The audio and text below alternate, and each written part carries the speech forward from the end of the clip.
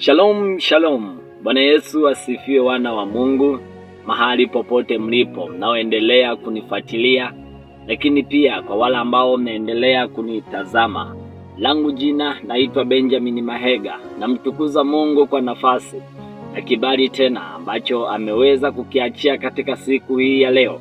Uwepo mahali hapa ni kwa neema tu ya Mungu, kwa sababu kwa akili zetu, kwa ufahamu wetu au kwa maarifa yetu hayawezi kufanya tuione leo, wala hayawezi kutufanya tuione kesho.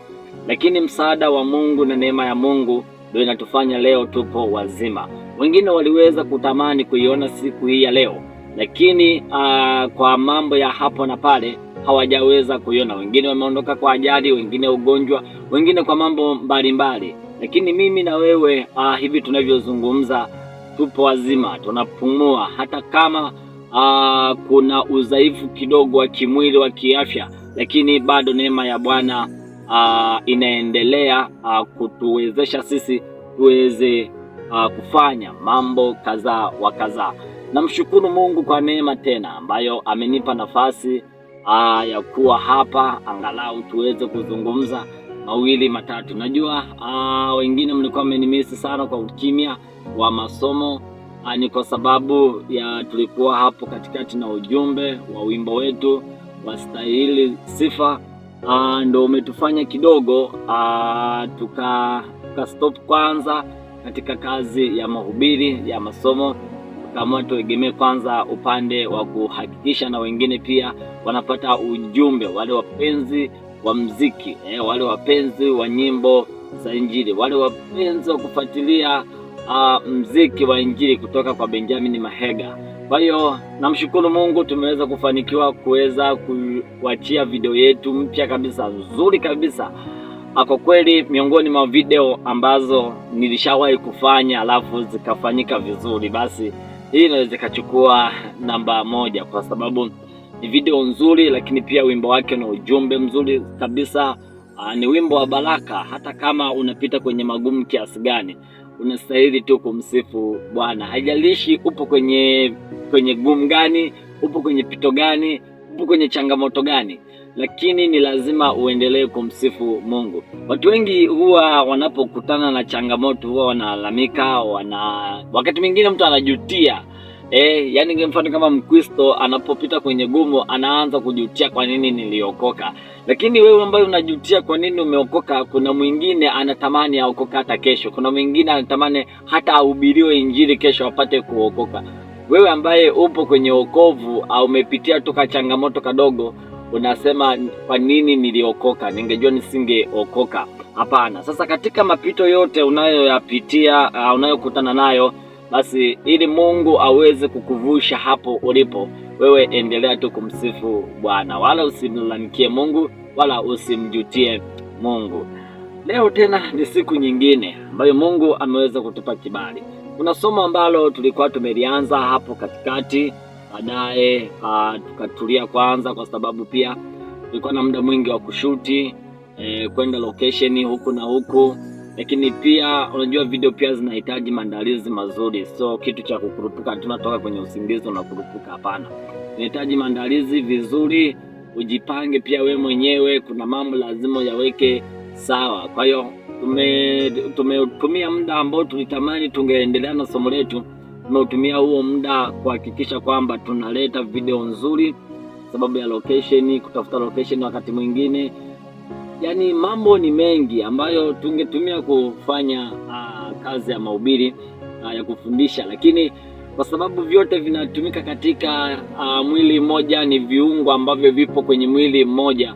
Kwa hiyo tunamtukuza Mungu hata hawa ambao wanapata ujumbe kwa njia ya mahubiri, na wengine pia wapo ambao wanapata ujumbe kwa njia ya nyimbo. Kwa hiyo zaidi ya yote tunamshukuru Mungu. Tulianzisha somo ambalo lilikuwa linasema mambo 10 hatari kwenye maisha ya wokovu. Nakumbuka tulijifunza kipengele cha kwanza.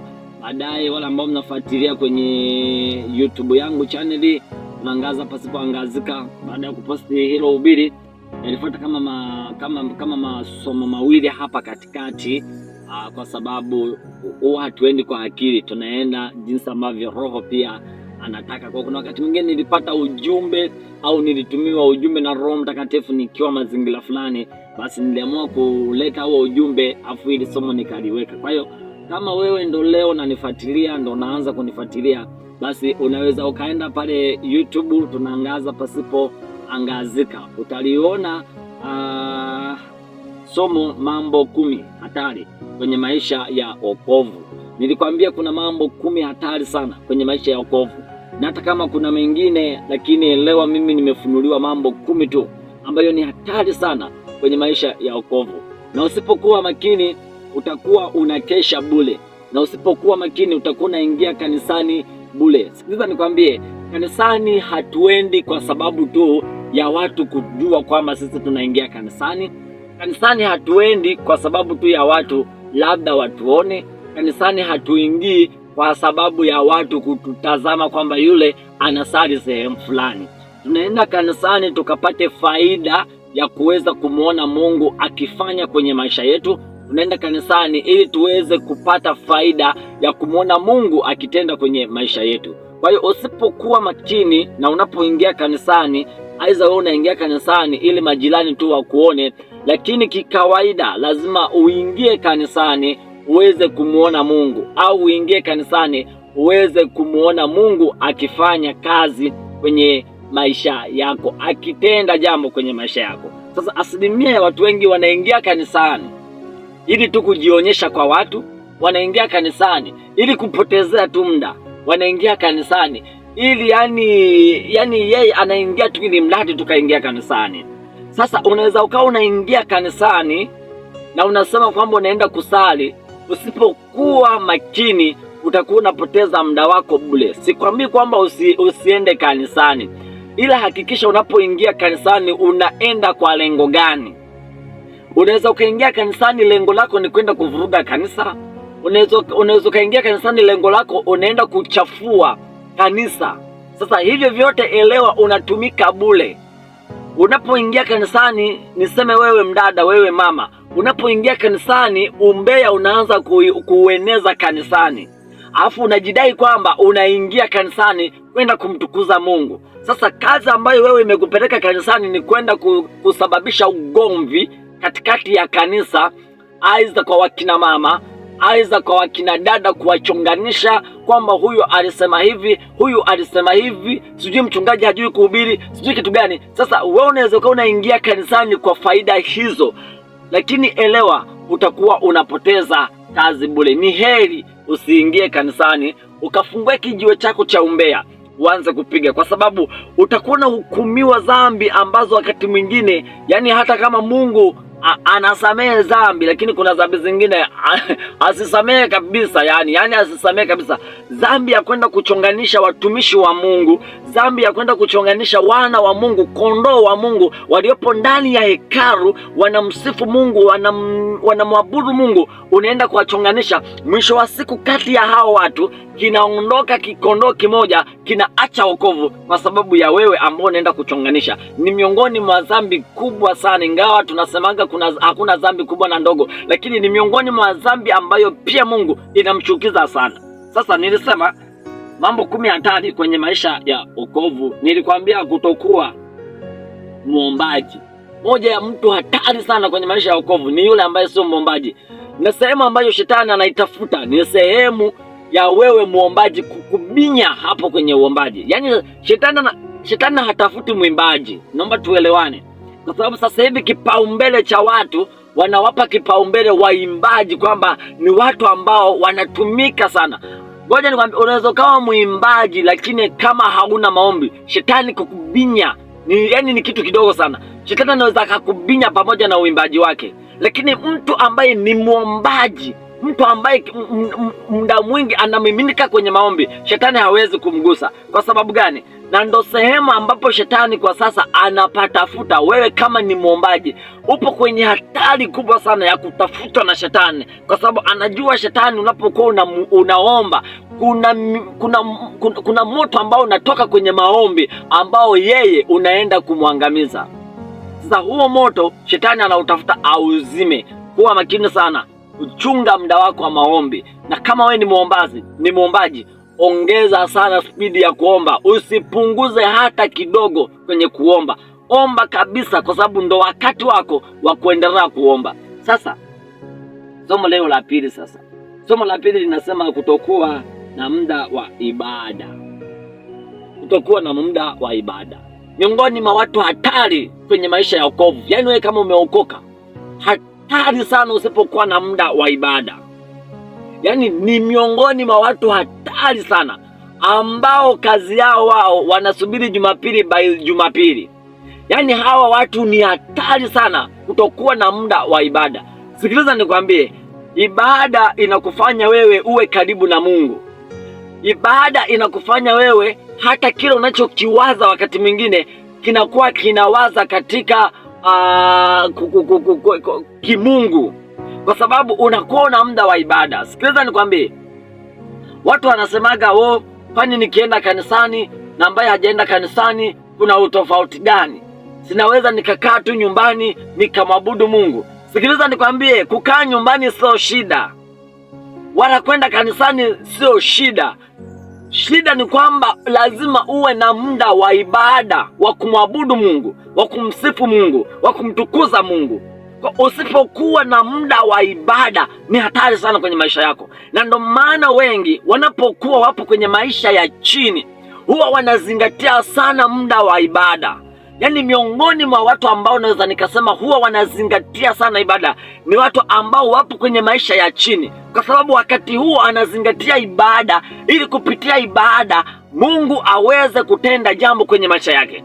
Lakini huyo mtu anapokuja kuinuliwa, anapokuja kuinuka, anapokuja Mungu anamuinua kiuchumi, mara nyingi huwa wanakengeuka, wanasahau muda wa ibada.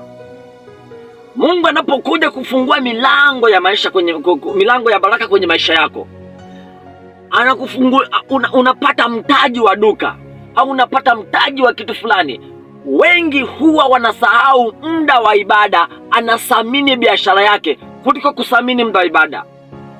Sasa unaweza kujiuliza, wakati huyu hajapata duka, wakati huyu hajapata mtaji huu, wakati huyu hajapata kitu hiki ambacho kinamuingizia pesa, alikuwa anazingatia sana ibada. Lakini kwa nini alipopata maisha, alipopata pesa, alipofungua ofisi, akasahau muda wa ibada, akathamini biashara yake kuliko kumthamini Mungu? Hawa watu huwa ni hatari sana. Na wewe kama ni miongoni mwa watu hao ambao wanathamini biashara, ambao wanathamini kazi kuliko ibada, ni hatari sana kwenye maisha yako. Madhabahuni wanazungumzaga, madhabahuni ndo sehemu sahihi ya kutoka majibu yako. Madhabahuni ndo sehemu sahihi ya kupata kila ambacho wewe unakihitaji. Sasa usipokuwa na muda wa ibada wa kwenda madhabahuni, kuna wakati unaweza ukapishana na muujiza wako mkubwa kuliko biashara ulionayo. Kuna wakati unaweza ukapishana na baraka zako kuliko muujiza ambao umepokea kidogo.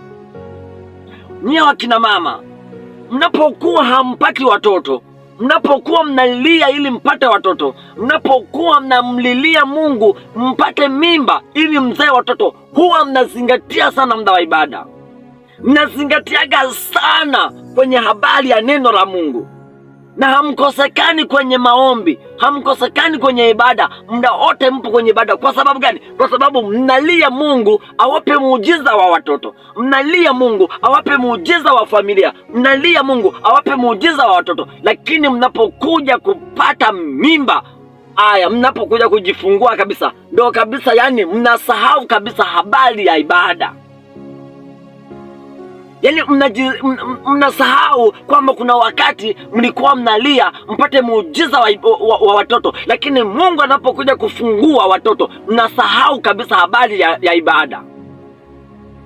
Mnaanza kusingizia mtoto alikuwa amesinzia, mnaanza kusingizia, mtoto sijui baridi hili, siwezi kumpitisha barabarani kwa sababu ya baridi. Umesahau kwamba huyo mtoto ulikuwa unamlilia madhabahuni. Unasahau kwamba huyo mtoto ulikuwa unapiga magoti madhabahuni. Unasahau huyo mtoto ndio alikuwa wakati ule alikuwa anakufanya wewe unawahi ibadani. Kwa nini usiseme, Mungu, kama huyu mtoto umenipa, nampeleka madhabahuni, haijalishi kuna baridi, haijalishi kuna kitu gani, tunaenda tukakuabudu wewe Mungu, kwa sababu wewe ndio umenipatia hiki kiumbe. Mnasingizia kwamba hao watoto eti nikimpitisha sijui barabarani limoniani sijui atapata mafua, sijui homa, kichocho. Pumbafu nyie. Lazima mkumbuke mmetoka wapi. Wakati mnabeba mimba mlikuwa mnamtafuta Mungu, mlikuwa mnazingatia ibada. Isije ikawa hicho huyo mtoto kikawa kama kikwazo cha kumwabudu Mungu.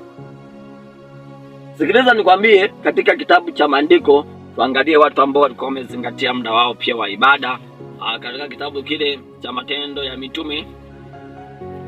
Mitume ile sura yake ya 3, mwangalie Petro na Yohana pale, walikuwa wamezingatia muda wao wa ibada. Yaani lazima uwe na muda wako wa ibada. Sasa wengi hawana muda wa ibada. Hii ni hatari sana. Sikiliza maandiko matakatifu yanasema kwenye kitabu cha Matendo ya Mitume sura ya 3 mstari wa 1. Basi Petro na Yohana walikuwa wakikwea pamoja kwenda hekaluni saa ya kusali, saa 9. Yaani walikuwa wakikwea kwenda kusali. Walikuwa wakikwea pamoja kwenda hekaluni saa ya kusali. Yaani walikuwa wana saa yao ya kwenda ibadani, walikuwa wana saa yao ya kwenda kusali, walikuwa wana saa yao ambayo wao wenyewe walikuwa wamejiwekea kwamba ifikapo muda huu lazima tukasali, kwamba ifikapo wakati huu lazima twende ibadani. Lakini atazama leo, Wakristo wengi wa leo wanapokuja kuinuliwa kwenye maisha yao, huwa wanasahau kwamba kuna habari za ibada. Huwa wanasahau kwamba kuna wakati walikuwa wanazingatia sana kwamba inapofika majira ya saa 10 lazima niende kanisani, lazima ibada inaanza saa 10. Kwa anazingatia saa 9:30 au ameshafika kanisani. Lakini tazama Mungu alipokuja kumuinua, Mungu alipokuja tu kumpa tu yani kiwango kidogo cha maisha, akasahau ibada. Sikiliza nikwambie, hicho ambacho Mungu amekupa pia ana uwezo wa kukiondoa, akakurudisha kwenye nafasi ambayo ulikuwa nayo mwanzoni, ukaanza kulia, ili Mungu mheshimu.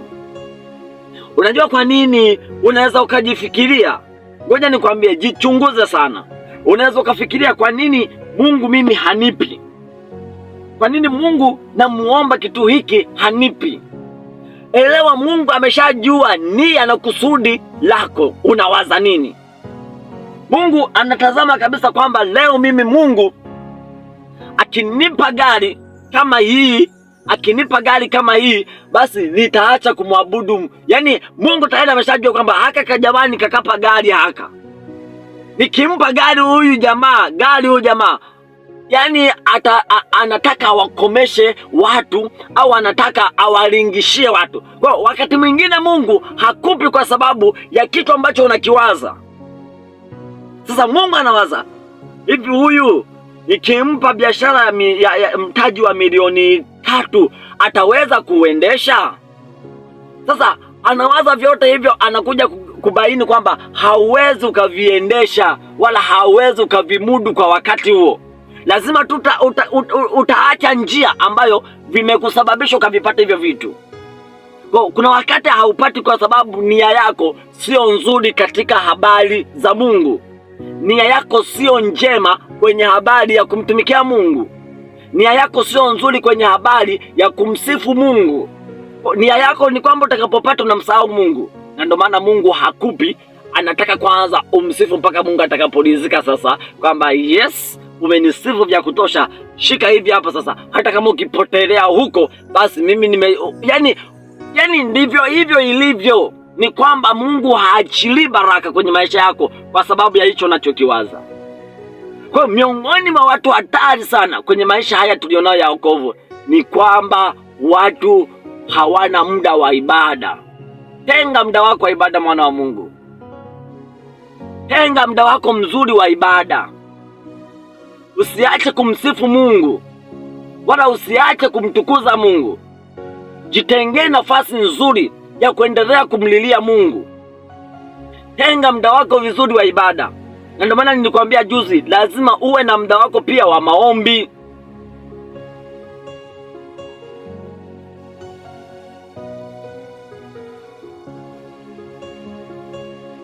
Sasa wengi muda wa maombi hawana, muda wa ibada hawana, yaani wapo tu. Kwa hiyo zingatia sana, lazima uwe na muda wako wa ibada, pamoja na mambo yote, pamoja na hizo mali zako. Hebu tenga muda wa ibada, yaani kuwa kabisa na muda wa ibada. Ngoja nikwambie kitu kimoja ambacho sisi Wakristo hatujakizingatia, lakini laiti kama tungekizingatia, tungekuwa tunamuona Mungu kwenye maisha yetu akifanya kwa viwango vya hatari sana, yaani akifanya kwa viwango vya juu. Ngoja nikwambie, wenzetu hawa Waislamu wenzetu wanazingatia sana muda wa kuswali. Yaani haijalishi kuna mvua, haijalishi barabara zetu hizo za Dar es Salaam za vichochoroni huku vina matope, haijalishi kuna changamoto gani, lazima waende msikitini, lazima wakaswali. Wanazingatia sana muda wa ibada. Sisi huku kwetu tunawaonaga, yaani unyeshe mvua, utamwona ana mwamvuli wake, ifikapo muda wa kwenda kuswali, ana mwamvuli wake, anaingia msikitini, anaswali, anaondoka. Lakini tazama urokole wa leo, tazama Wakristo wa leo, yaani kitendo cha kunyesha mvua asubuhi tu, Jumapili asubuhi, anakwambia we shuka, hujanikosea. Anavuta shuka, anajifunika, anaacha kwenda kumwabudu Mungu. Why? Anaacha kwenda kumsifu Mungu kwa sababu ya mvua tu. Tena mvua yenyewe ni manyunyu. Kanisani penyewe ni pa dakika 5 umeshafika kanisani. Unaacha kwenda kumwabudu Mungu kwa sababu ya kuvuta shuka.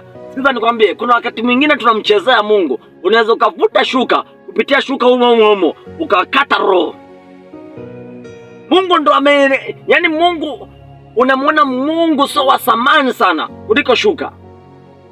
Yaani unaithamini shuka yako, unathamini usingizi. Kupitia kwa usingizi utapotea huko.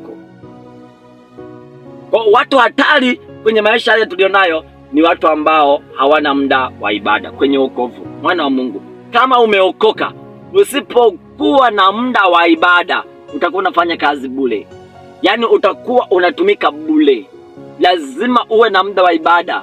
Maisha yako ya wokovu yakae sawa, lazima uwe na muda wa ibada. Mungu akubariki sana sana.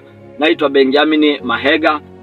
Mungu akitupa nafasi tena tutakuja tuangalie somo la 3, mambo 10 kwenye maisha ya wokovu. Mambo 10 hatari kwenye maisha ya wokovu. Nikutakie siku njema, nikutakie baraka za wimbo wetu wastahili sifa. Endelea kusikiliza, endelea kubarikiwa na wimbo huo unapatikana kwenye channel ya Benjamin Mahega. So tunaangaza pasipo angazika. Unapatikana kwenye channel ya Benjamin Mahega. Nenda YouTube, andika Benjamin Mahega, utapata huo wimbo. Mungu akubariki sana. Amen.